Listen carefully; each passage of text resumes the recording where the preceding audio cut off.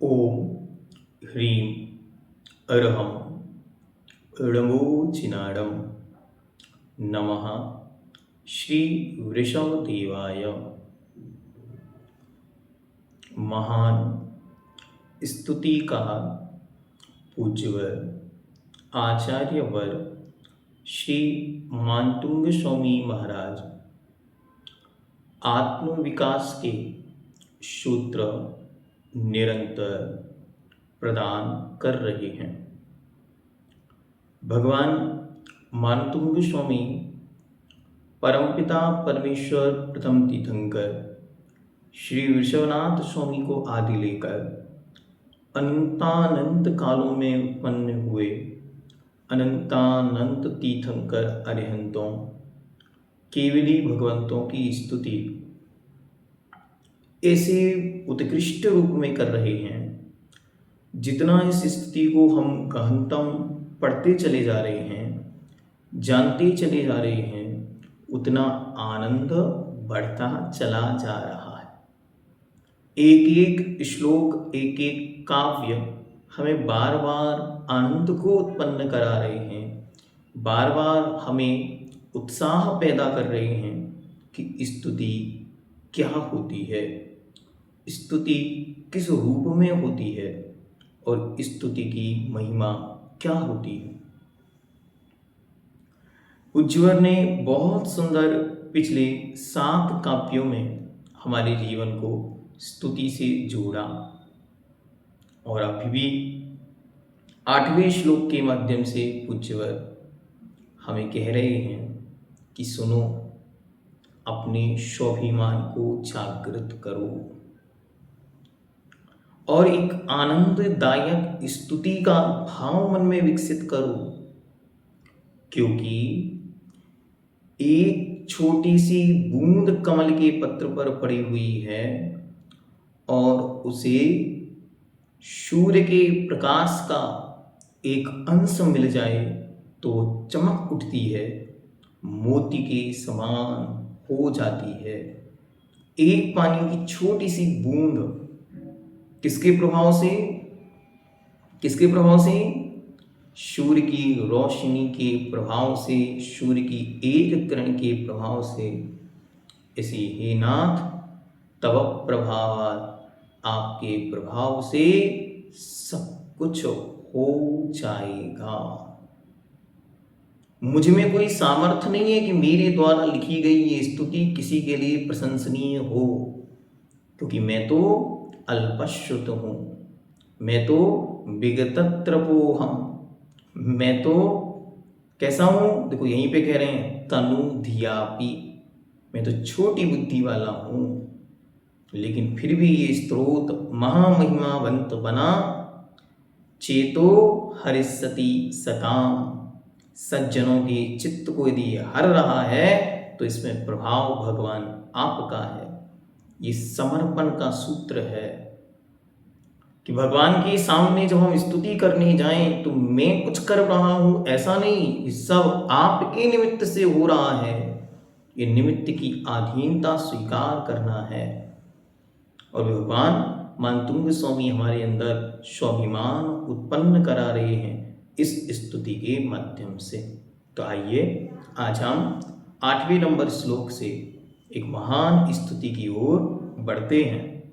और अभी भक्तावर स्तोत्र प्रारंभ नहीं हुआ, अभी तो मात्र प्रस्तावना चल रही है कि मैं ऐसी स्तुति कहूँगा, मैं ऐसी स्तुति लिखूँगा, मैं ऐसी स्तुति बतलाऊँगा। कैसी स्तुति? तो एक मंत्र उसमें और जोड़ रहे हैं कि देखो, स्तुति करने के पहले कैसी स्तुति के प्रति भाव से भरना है। ये मानतुंग स्वामी महाराज 8 श्लोकों तक अभी भगवान की स्तुति नहीं कर रहे हैं, अभी मात्र स्तुति कैसी हो, स्तोता कैसा हो, स्तुतिकार कैसा हो और स्तुति के प्रति हृदय में समर्पण कैसा हो, यह बतला रहे हैं। मत्वेति नाथ तव संस्तवनं मयेद मारभ्यते तनुधियापि तव प्रभावात् चेतो हरिष्यति सतां नलिनी दलेषु मुक्ता फलत फलत आदत्ता बोलना है फलत दुति मुपैति ननूद बिंदु। फिर से देखें, मत्वेति नाथ तव संस्तवनम मयेद मारभ्यते तनुधियापि। तव के बाद प्रा है पीछे, तो तव प्रभावात चेतो हरिष्यति शतां नलिनी दलेषु मुक्ता। फल की बात है दुति, तो दुति शब्द कैसे बना, अदद और या, ठीक, तो वहां से आददा निकलेगा तो फलद, मुक्ता फलद दुति मुपैति ननूद बिंदु। मत्वेति नाथ तव संस्तवनं मयेद मारभ्यते तनुधियापि तव प्रभावात् चेतो हरिष्यति शतां नलिनी दलेषु मुक्ता फलद्युति मुपैति ननूद बिंदु। अब एक एक शब्द को देखें। पहले में शब्दों को जो संधि करना होता है, तोड़ना कहलाता है, वो एक बार कर देता हूं, ठीक है। तो पहला शब्द है मत्वा, मत्वा। दूसरा शब्द है इति। फिर आगे नाथ तव संस्तवनम। इसके बाद मयेद शब्द है, उससे बनेगा मया इदम। मया मतलब मेरे द्वारा, इदम मतलब यह। इदम बन जाएगा यहां, तो पीछे नीचे वाला शब्द हो जाएगा आरभ्यते, ठीक। फिर इसके बाद मुक्ता फलत दुतिम, दुतिम उपैति। फिर ननु, ननु छोटा ऊ, और उसके बाद अंतिम शब्द बनेगा उदबिंदु, उदबिंदु, ठीक है। ये हमने आपको संधि कर दी। संधि मतलब कहाँ कहाँ शब्द आपस में जुड़कर एक नया शब्द बनाए हैं, उनको अलग कर देने से उनका अर्थ स्पष्ट हो जाता, ठीक है। तो संस्कृत पढ़ने के लिए आपको ये व्यवस्था हमेशा ध्यान में होनी चाहिए कि कहाँ कौन सा शब्द किससे जुड़ा है। ऐसा जुड़ा हुआ जानने से हमें उसका अर्थ अपने आप ग्रहण होने लगता है। जैसे लास्ट वाला शब्द देखें, ननूद बिंदु। अब आज तक कभी ये समझ में नहीं आया था कि ननु प्लस उद प्लस बिंदु। ननु शब्द में छोटा ऊ है और उसके पीछे उद में भी छोटा ऊ है, ठीक है। दोनों मिलके बन गया बड़ा ऊ। दीर्घ सवर्ण दीर्घ, दो सवर्ण एक साथ मिले तो दीर्घ हो गए, तो छोटा ऊ मिलके बड़ा ऊ बन गया। तो ननूद बिंदु, ननु प्लस उद प्लस बिंदु, ठीक है। ऐसे शब्द बनते। अब पहला शब्द देखिए, मत्वा। पहला शब्द है मत्वा, वा में आ की मात्रा। उसके बाद है इति, इति तो आ प्लस ई मिलकर बन गया ए, तो बन गया मत्वेति। यह कौन सी संधि हो गई, यहां संधि हो गई गुण संधि। ये हम लोग कहां प्रयोग करते, तो देखो हम लोग इसका प्रयोग रोज करते, लेकिन कभी समझते नहीं। कैसे, जैसे हम लोग प्रयोग करते रमेश, तो रमेश शब्द कैसे बना, रमा प्लस ईस, तो आ प्लस ई इज इक्वल टू ए बन गया रमेश। दूसरा शब्द है महेश। तीसरा शब्द है जिनेन्द्र। जिनेन्द्र कैसे बना? जिन प्लस इंद्र, तो जिन का आ और ई, इंद्र का ई दोनों मिलके बन गया ए, बन गया जिनेन्द्र। ठीक है, समझ आ रहा? तो ऐसे शब्द हम लोग रोज प्रयोग में लाते हैं।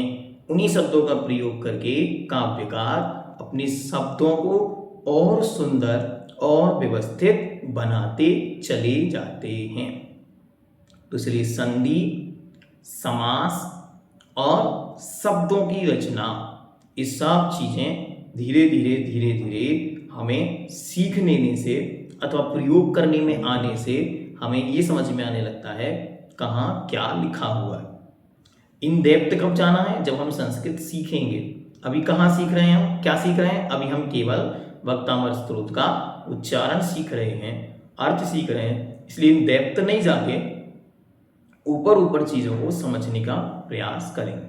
ठीक है, चलिए नेक्स्ट स्टेप। अब अर्थ को देखते हैं, शब्दों का अर्थ। तो पहला शब्द है मत्वा। मत्वा मतलब मानकर। इति इस प्रकार मानकर, ऐसा मानकर। नाथ मतलब नाथ, स्वामी। तब आपका। संस्तवनम स्तवन।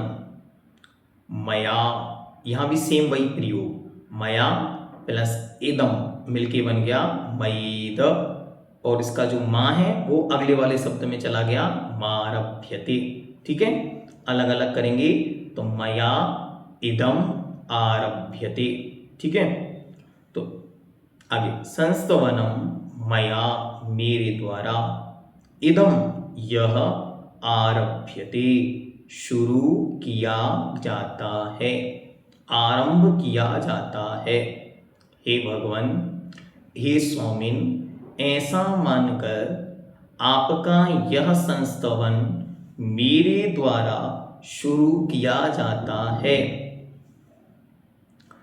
तनु धिया अपि, तनु मतलब छोटी, धिया मतलब बुद्धि, और अपि मतलब भी, मुझ छोटी बुद्धि के द्वारा भी।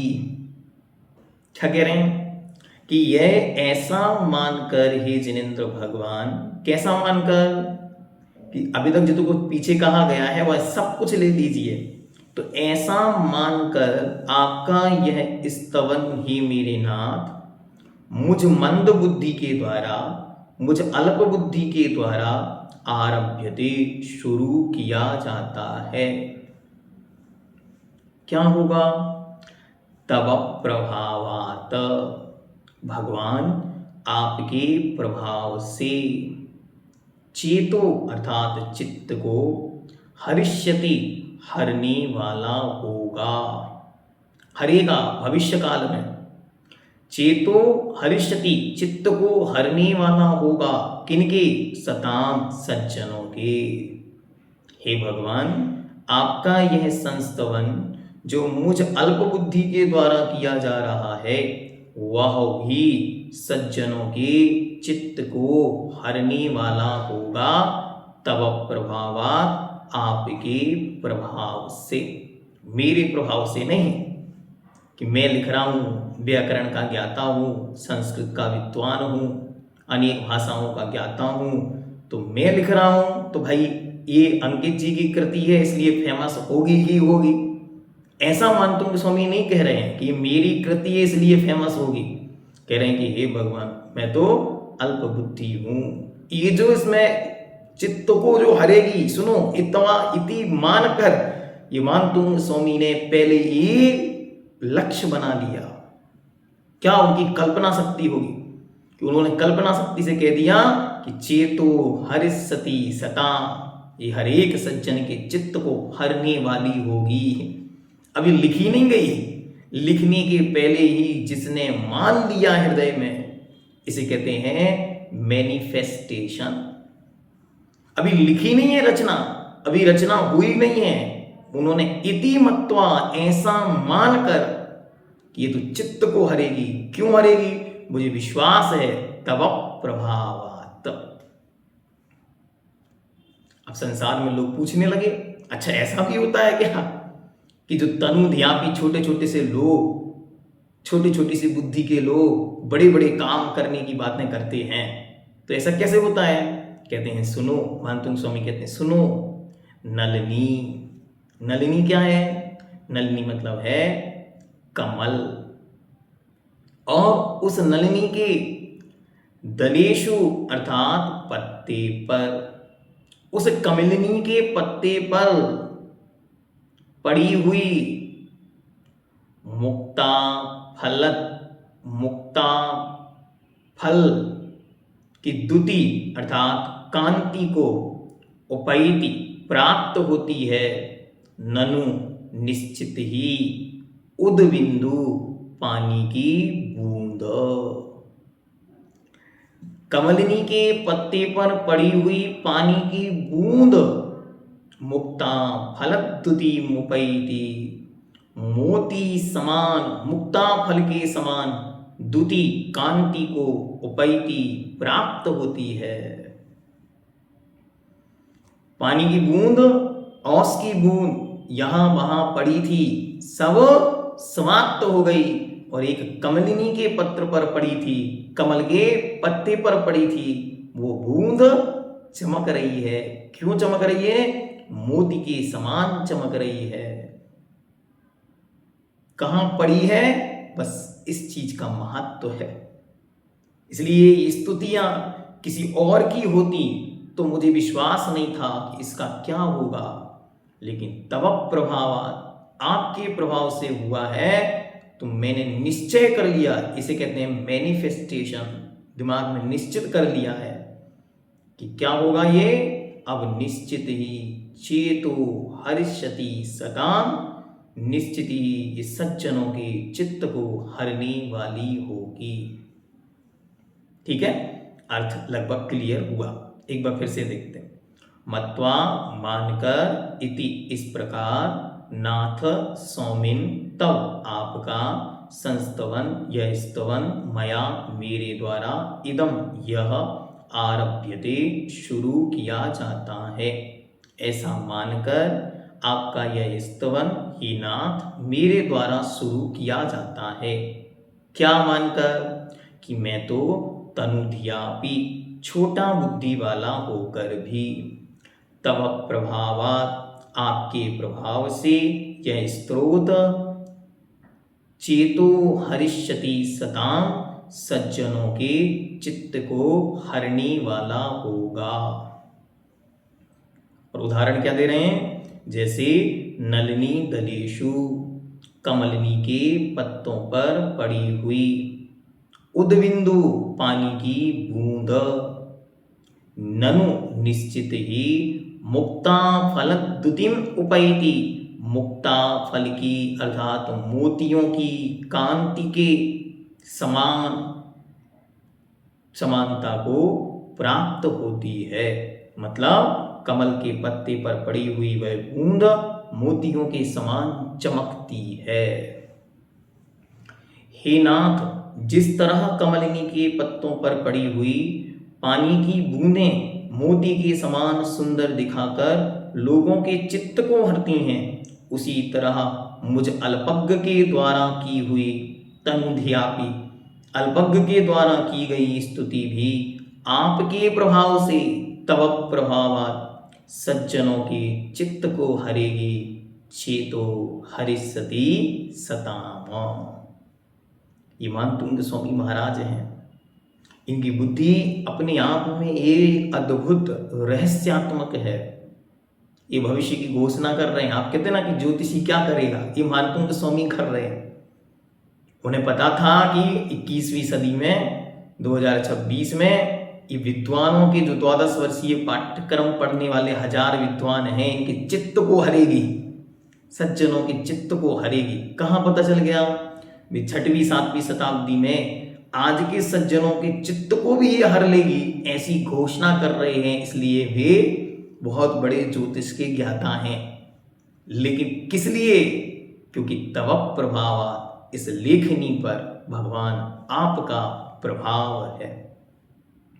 इसलिए क्या करना, कभी भी कोई भी काम शुरू करने के पहले जब आपको लगे कि अपने बस का नहीं है, कि अपनी सामर्थ्य नहीं है, अपने से नहीं होगा, जब कोई भी कार्य शुरू करने के पहले आपका उत्साह शांत हो जाए, उत्साह ऐसा हो जाए कि कैसे होगा, मैं तो कैसा हूं, तनु धियापी, बहुत कमजोर हूं, विगतत्रपोहम, विगत शक्तिरपि, जब ये सब चीजें दिमाग में चलें, तब भगवान मानतुंग स्वामी कह रहे हैं श्लोक नंबर 8 को शांति से हाथ पे हाथ रख के 8 बार और 24 बार पढ़ना।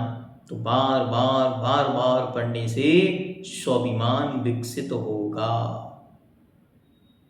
ऐसी महिमा आएगी। किसकी महिमा है ये? निमित्त की महिमा है कि मुझ उपादान तो शांत बैठ गया, अपने बस का नहीं है, मैं तो अल्पश्रुत हूं, विगतत्रपोहम बालम अल्पश्रुतम, विगतत्रपोहम और विगत शक्ति अपि, मुझ में कोई सामर्थ्य नहीं, तो मुझ में जब कोई सामर्थ्य नहीं तो इस स्तुति की क्या सामर्थ्य? ऐसा तो अज्ञानियों ने बहुत सारे लेख पहले से लिख के रखे हैं, तो इसकी क्या महिमा होगी?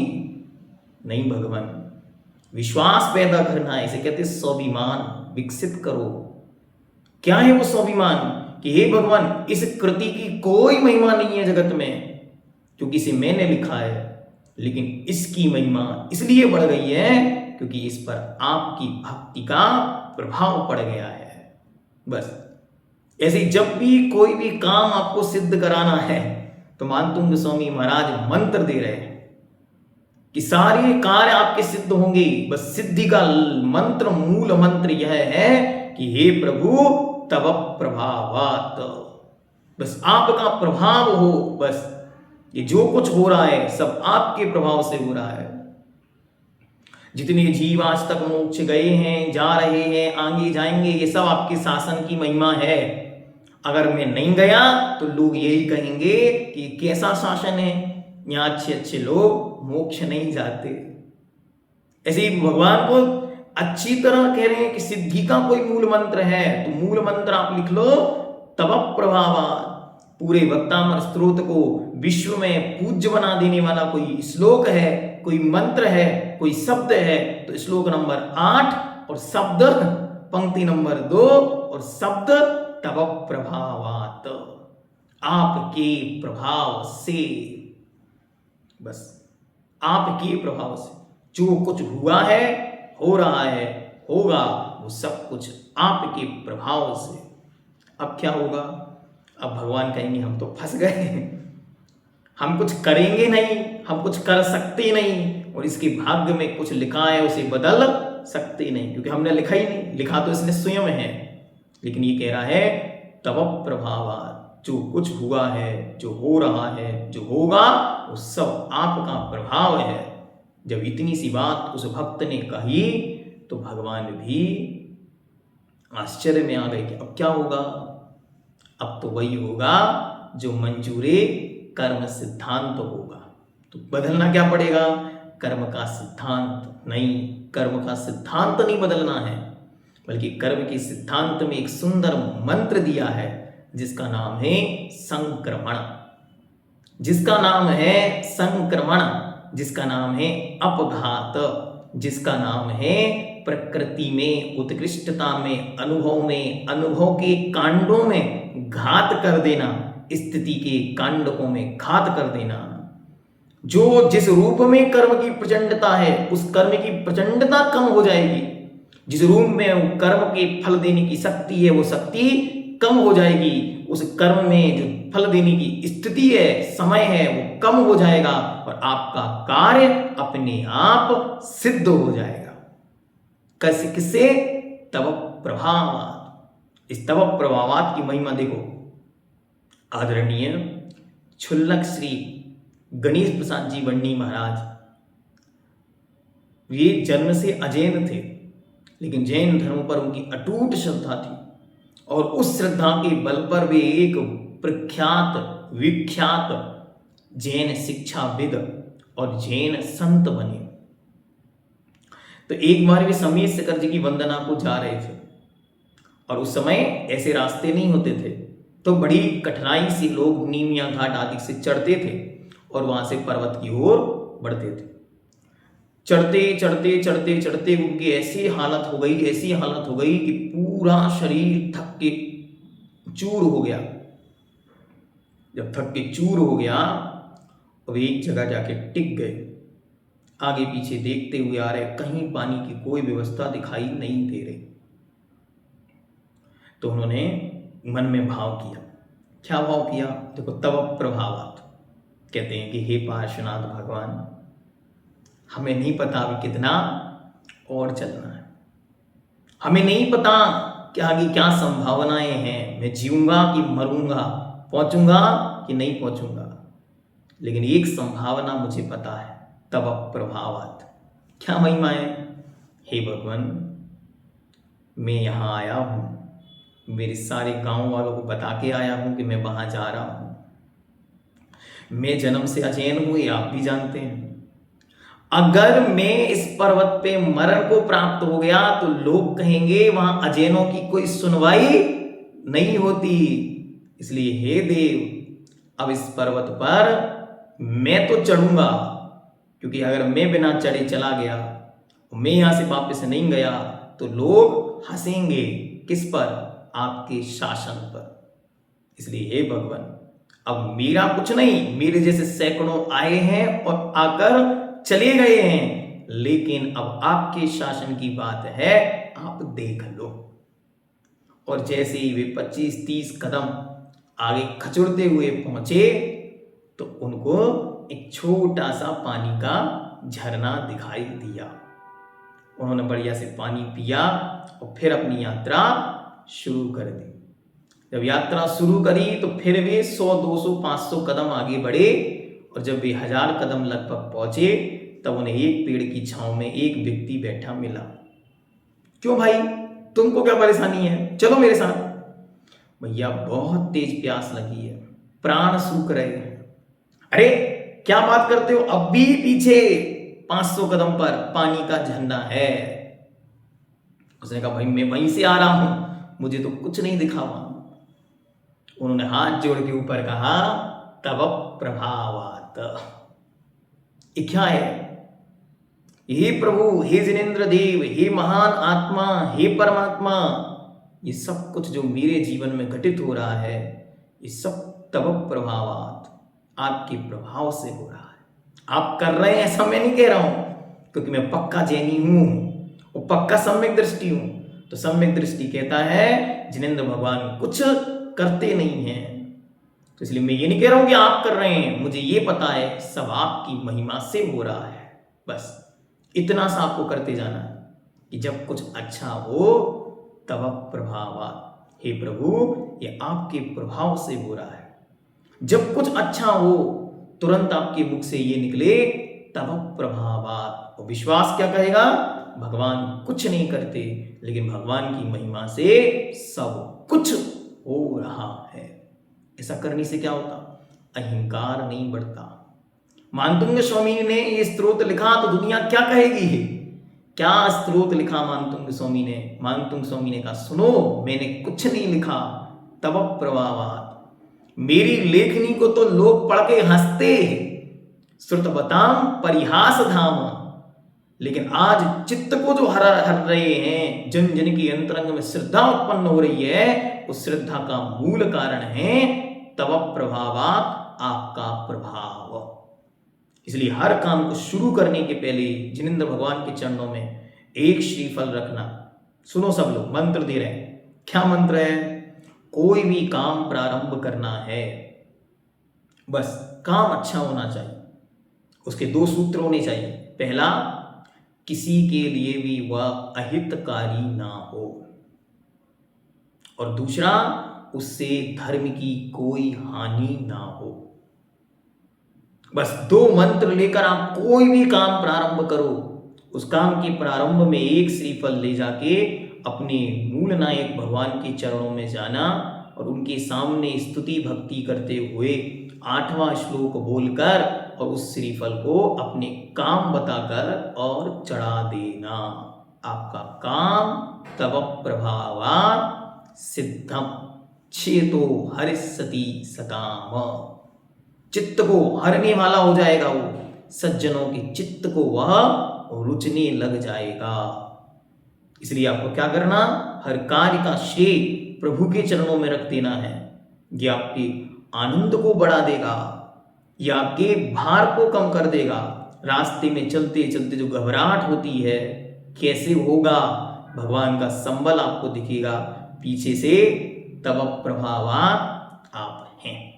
भगवान क्या कहेंगे, मैं हूं ना, तुम चलते चलो। भक्तामृत स्तोत्र का 8वां श्लोक कहेगा, मैं हूं ना, तुम चलते चलो। यह तव प्रभावात्। और मानतुंग स्वामी की तरह एकदम पोलाइट वे में रहना, कभी भी ये नहीं सोचना कि मुझसे कुछ होगा। मैं तो तनुधियापि, मैं तो तनुधियापि, मुझसे कुछ नहीं होना है, ये पक्का है। लेकिन मेरी संभावनाएं इतनी बड़ी हैं कि मेरा रिश्ता उन 3 लोक के अधिपति से हो गया है। अब मेरे काम में कोई बाधा आएगी नहीं। ये मेरा काम 1 करोड़% शब्द दे दिया, आरभ्यते, शुरू करता हूं। किसके लिए, चेतो हरिष्यति सताम, ये भविष्य में जन जन के चित्त को हरेगा ही हरेगा, कोई बचेगा नहीं। बस सामने वाले के अंदर क्वालिटी होनी चाहिए, सज्जनता। अगर उसके अंदर सज्जनता है तो मेरा ये कार्य उसको रुचेगा ही रुचेगा। इसलिए बार बार इस मंत्र को अपनी शक्ति बनाना है और अपना कोई भी काम आपको सिद्ध करना है, विश्वास दृढ़ मन में रखो। तव प्रभावात्, आपके प्रभाव से होगा। जिनेंद्र भगवान का शासन महान है, महान था, महान ही रहेगा, तव प्रभावात्, क्योंकि उसमें आपके जैसे महान महान दिव्य आत्माएं विराजमान हैं। उस महानता का गुणानुवाद करने के पूर्व हमेशा उस स्तुति को शुरू करने के पहले, हर एक काम को शुरू करने के पहले बस ये भगवान, मैंने ये मान लिया है कि जो कुछ हो रहा है सब आपके प्रभाव से हो रहा है। इससे क्या होगा, हमारे उपादान में कोई शक्ति नहीं है, लेकिन एक निमित्त भारी मिल जाए तो अच्छे अच्छे रास्ते पार हो जाते हैं। और जब संसार में बुरे दिन आए, संसार में कोई परेशानी आई, संसार में कोई समस्या आती है, तो कोई एक व्यक्ति आके कह दे, क्या कह दे, भैया मैं हूं ना, तो क्या होता, कोई पीछे से हाथ पीठ पे रख दे, कोई हाथ पकड़ ले बाजू में आके, तो अच्छे कठिन कठिन रास्ते सरल हो जाते हैं। ऐसे ही इस संसार समुद्र से तैरने का ये जो कठिनतम रास्ता है, इसमें आपके संबल कौन है, भगवान आदिनाथ। आपके संबल कौन है, वे अनंतानंत तीर्थंकर परमात्मा, अनंतानंत 24 में हुए वे अनंतानंत अरिहंत परमात्मा हमारे संबल हैं। जब लगे कि हम अनाथ हो गए, जब लगे आगे पीछे कोई नहीं है, तो तुरंत आंखें बंद करके कहो, तव प्रभावात्, अनंतानंत अरिहंतों की छाया मुझ पर है, अनंतानंत अरिहंतों का संबल मुझ पर है। और मानतुंग स्वामी बार बार कह रहे हैं कि एक के नाम की शक्ति हम तुम्हें यहां दिखला रहे हैं, तो अनंतों की शक्ति कितनी होगी। आदिनाथ महाप्रभु का स्मरण मात्र करो, आपका काम सिद्ध होगा ही होगा। बस मंत्र क्या है, मंत्र 2 हैं, किसी की हानि ना हो और धर्म की अप्रभावना ना हो। बस आप करते चले जाओ, आपके कार्य की सिद्धि हुए बिना नहीं रहेगी।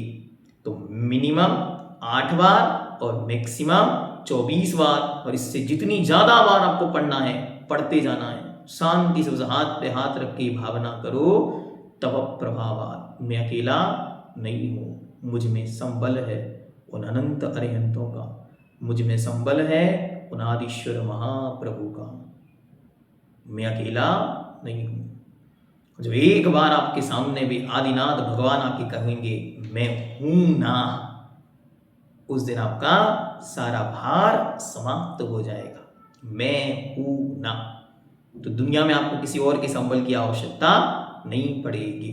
कोई भी कार्य आपको सिद्ध करना है तो करने के लिए आदिनाथ भगवान की स्तुति करो, आदिनाथ भगवान की भक्ति करो और नमः श्री वृषभदेवाय कह के अपने हर एक काम को प्रारंभ करो। आदिनाथ भगवान की स्तुति करके, आदिनाथ भगवान के कार्य को करके जितना आपको कोई भी कार्य मांगलिक करना है, भक्तामृत स्तोत्र का पाठ करो, भक्तामृत स्तोत्र का विधान करो, भक्तामृत अनुष्ठान करो और अपने काम को प्रारंभ कर दो। कह रहे हैं ये आनंददायक है क्योंकि इससे आपका भार कम हो जाएगा, क्योंकि प्रभु का पूर्ण संबल आपको प्राप्त होगा। तो यहाँ क्या करना है, यहाँ आपको काम की शुरुआत के पहले, सुनो, काम की शुरुआत के पहले हारना नहीं है।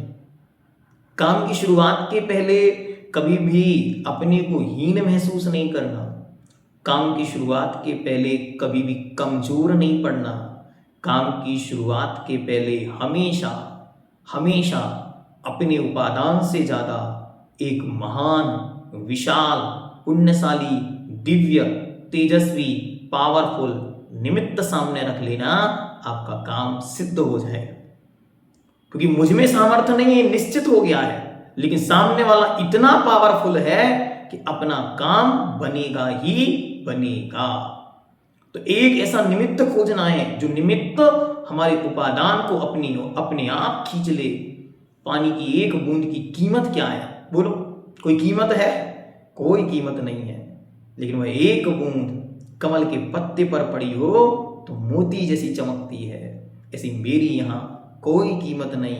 मुझ जैसे अनंतों आए हैं, आकर चले जाएंगे, लेकिन मेरी कीमत बढ़ गई जब से मैंने जिन शासन की शरण ले ली। मेरी कीमत बढ़ गई जिस दिन मुझे अनंत अरिहंतों की शरण मिल गई। मेरी कीमत बढ़ गई जब से मुझे आदिनाथ कुंडलपुर के बड़े बाबा की शरण मिल गई।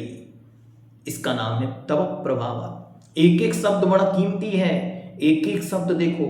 कह रहे हैं हरिष्यति, भविष्य में तक। ये आज की बात नहीं कर रहे हैं, ये मैनिफेस्टेशन क्या है। भविष्य के लिए कोई भी चीज करनी हो तो कब सोचनी है, आज ही सोच लेनी है।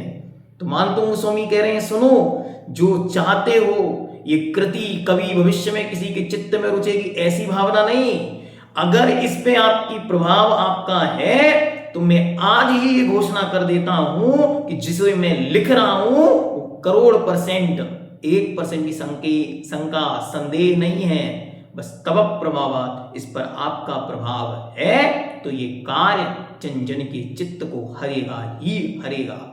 ऐसी घोषणा आज कर दो कि ये काम हुए बिना रहेगा ही नहीं, क्योंकि मुझ पर मेरे प्रभु की पूर्ण कृपा बरस रही है। तब प्रभावात, इससे क्या होगा, आपका स्वाभिमान अंतरंग से बढ़ेगा।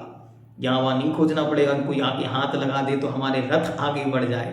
3 लोक के अधिपति कह रहे हैं कि तब प्रभावात, आपके प्रभाव से, 3 लोक के अधिपति के प्रभाव से आपका कार्य निश्चित ही सिद्ध होगा। श्रद्धा कोई मजबूत बनानी है, भगवान कुछ करेंगे नहीं और हम भगवान से कुछ कराएंगे नहीं, और भगवान के प्रभाव से सब होता जाएगा। कितना सुंदर मंत्र कि संसार समुद्र से हमें तैरना है तो भगवान को नाविक हम बनाएंगे नहीं, और भगवान नाविक बनेंगे नहीं तो नाव चलेगी कैसे, क्योंकि हमें चलानी आती नहीं। तो क्या होगा, तब प्रभाव, आपके प्रभाव से नाव चलेगी। जब आपका प्रभाव पड़ेगा तो ऐसा कोई निमित्त मिलेगा, ऐसी हवाएं चलेंगी, ऐसा कोई व्यक्ति आ जाएगा जिससे वह नाव अच्छी तरह आसानी से लक्ष्य तक पहुंच जाएगी। रास्ते में कांटे हैं तो भगवान से हम कांटे साफ करा नहीं सकते, क्योंकि भाई उनकी एक गरिमा है। रास्ते में कांटे हैं और रास्ते के कांटे भगवान से दूर कराने नहीं है, और हम स्वयं उन पर चल पाए इतनी हम में सामर्थ्य नहीं है। तो क्या करें, तब प्रभावात, उनकी स्तुति करके रास्ते पर हम बढ़ जाते हैं। तो ऐसी आंधी आती है कि सारी कांटे अपने आप दूर हो जाते हैं। हम लोग क्या करते, डर जाते कि अब आंधी आ गई, अब क्या होगा। बल्कि ये सोचो, ये आंधी रास्ते की बाधाएं दूर करने आई है, इसलिए आंधी, ये परेशानियां संकट कहीं कुछ अच्छा करने आए हैं, ऐसा विश्वास मन में भर करके जब हम आगे बढ़ेंगे तो लक्ष्य तक जरूर पहुंचेंगे। जैनम जयतु शासनम। ओम ह्रीम अरहम सकल मनोवांछित सिद्धि कराय, क्लीं महाबीजक्षर संहिताय, हृदय स्थिताय, सर्वविघ्न उपद्रव निवारकाय, श्री विश्वनाथ परमेश्वराय नमो नमः।